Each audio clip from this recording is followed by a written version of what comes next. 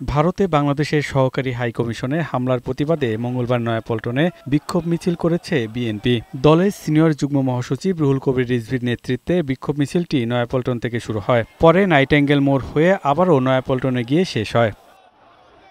রাজধানীর শাহবাগে বিক্ষোভ সমাবেশ করেছে জাতীয় নাগরিক কমিটি। বাংলাদেশের সার্বভৌমত্বের প্রশ্নে কোনো ছাড় দেওয়া হবে না বলে সমাবেশে জানান বক্তারা।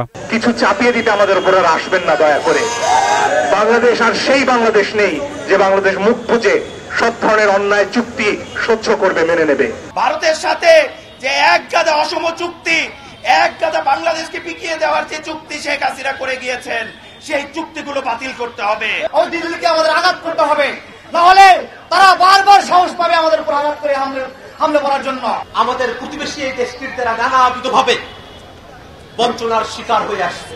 আগরতলায় বাংলাদেশের সহকারী হাইকমিশনে হামলার প্রতিবাদে রাজধানীর ইস্ট ওয়েস্ট ইউনিভার্সিটির সামনে মানববন্ধন করে শিক্ষার্থীরা। তারা বলেন, বাংলাদেশের বিরুদ্ধে কোনো ষড়যন্ত্র হলে তা প্রতিহত করা হবে। এদেশের মানুষ দরিদ্র হয়ে থাকবে, না খেয়ে থাকবে, তবু গোলামীর শিকল নিজের গায়ে জড়াবে না। বিজেপি যেভাবে বাংলাদেশকে এক্সপ্লয়েট করে যাচ্ছে, আরএসএস যেভাবে বাংলাদেশে তাদের নোংরা হিন্দুত্ববাদের মাধ্যমে সাম্প্রদায়িক সম্প্রীতি নষ্ট করার চেষ্টা করছে ইসকনকে দিয়ে, আমাদের প্রতিবাদ তার বিরুদ্ধে।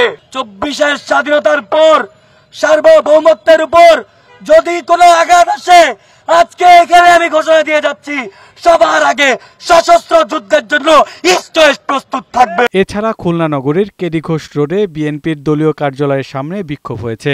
কুষ্টিয়ার ভিক্টোরিয়া কলেজ রোড থেকে একটি মিছিল বের করে বিএনপির নেতাকর্মীরা। পাশাপাশি ময়মনসিংহে ইত্তেফাকুল উলামা ও বরিশালে বৈষম্য বিরোধী ছাত্র আন্দোলন বিক্ষোভ করেছে। পিয়াস মাহমুদ, বৈশাখী সংবাদ, ঢাকা।